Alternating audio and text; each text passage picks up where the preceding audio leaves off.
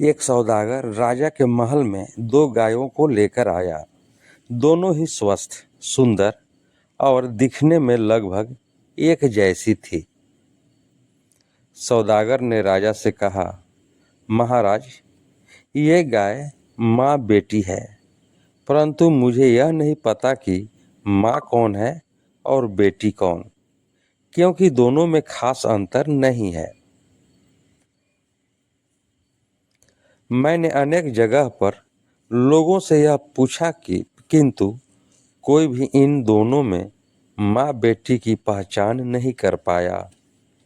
बाद में मुझे किसी ने यह कहा कि आपका बुजुर्ग मंत्री बेहद कुशाग्र बुद्धि का है और यहाँ पर मुझे अवश्य मेरे प्रश्न का उत्तर मिल जाएगा, इसलिए मैं यहाँ पर चला आया।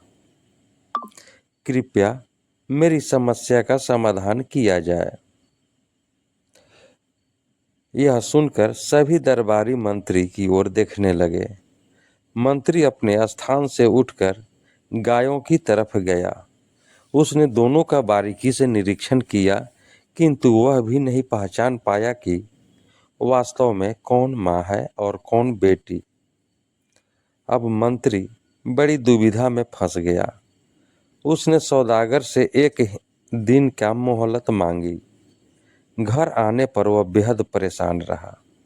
उसकी पत्नी इस बात को समझ गई।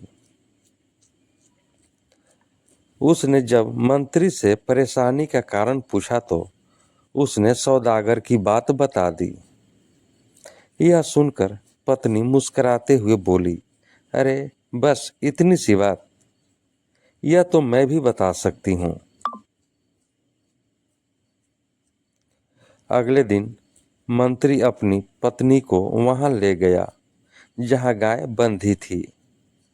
मंत्री की पत्नी ने दोनों गायों के आगे अच्छा भोजन रखा। कुछ ही देर बाद उसने माँ और बेटी में अंतर बता दिया। लोग चकित रह गए। मंत्री की पत्नी बोली, पहली गाय जल्दी जल्दी खाने के बाद दूसरी गाय के भोजन में मुंह मारने लगी और दूसरी वाली ने पहली वाली के लिए अपना भोजन छोड़ दिया। ऐसा केवल एक माँ ही कर सकती है, यानी दूसरी वाली माँ है। माँ ही बच्चे के लिए भूखी रह सकती है।